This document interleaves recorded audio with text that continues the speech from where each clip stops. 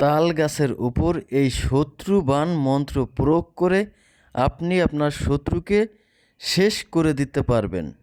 নিয়ম জানতে অবশ্যই আপনাকে সম্পূর্ণ ভিডিওটি দেখতে হবে এবং ভিডিওটি শেয়ার করে আপনার টাইমলাইনে রেখে দিবেন, যাতে করে প্রয়োজনের সময় আপনি এই ভিডিওটি দেখে সঠিকভাবে সঠিক নিয়মে এই মন্ত্রটি প্রয়োগ করে আপনি আপনার কাঙ্ক্ষিত শত্রুকে শেষ করে দিতে পারেন। এই জন্য প্রথমেই আপনাকে এই মন্ত্রটা মুখস্থ করে নিতে হবে।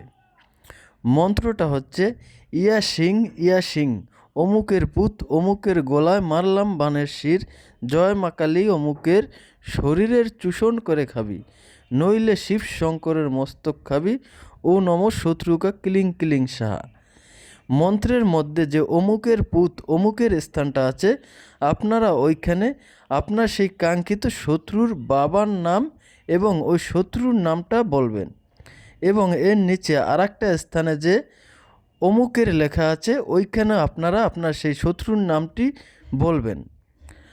আর আপনার শত্রু যদি কোনো নারী হয় তাহলে অমুকের পুত অমুকের স্থানে আপনারা ওই কাঙ্ক্ষিত নারীর বাবার নাম এবং কাঙ্ক্ষিত নারীর নামটা বলবেন এবং পুতের পরিবর্তে ওখানে বলবেন ঝি। এভাবে আপনারা মন্ত্রটা মুখস্থ করে নেবেন। এরপরে আপনারা একটা তাল গাছের গোড়ায় যাবেন, গিয়ে এই মন্ত্রটা 21 বার পাঠ করে ওই তাল গাছের গোড়ায় একটি মাত্র ফু দিবেন। এরপরে আপনারা আরেকটি তাল গাছের গোড়ায় যাবেন, আবারও এই মন্ত্রটা 21 বার পাঠ করে ওই তাল গাছের গোড়ায় একটি মাত্র ফু দেবেন। এভাবে আপনারা মোট 60টি তাল গাছের গোড়ায় যাবেন এবং 21 বার করে মন্ত্রটা পাঠ করে একটি করে ফু দিয়ে আসবেন।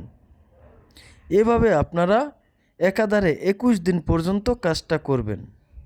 দেখবেন এই 21 দিন পরে এই তাল গাছ 60টি মারা যাবে এবং সাথে সাথে আপনার শত্রুও শেষ হয়ে যাবে, সেও মারা যাবে। ইহা অত্যন্ত পাওয়ারফুল একটা বাণ মন্ত্র। এটা বহু পুরাতন একটা কিতাব থেকে দেওয়া। তাই আপনারা যদি শত্রুর জ্বালা অতিষ্ঠ হয়ে থাকেন, শত্রুকে শেষ করতে চান, তাহলে আপনারা এই মন্ত্রটা প্রয়োগ করতে পারেন। যদি নিয়ম মতো প্রয়োগ করতে পারেন 100% ফলাফল পাবেন।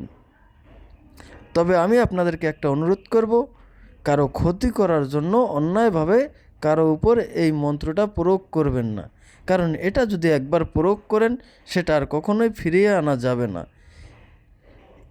যারা আমার ফেসবুক পেজ থেকে ভিডিওটি দেখছেন তারা অবশ্যই পেজটি ফলো দিয়ে দিবেন এবং যারা ইউটিউব চ্যানেল থেকে ভিডিওটি দেখছেন তারা অবশ্যই চ্যানেলটি সাবস্ক্রাইব করে দিবেন।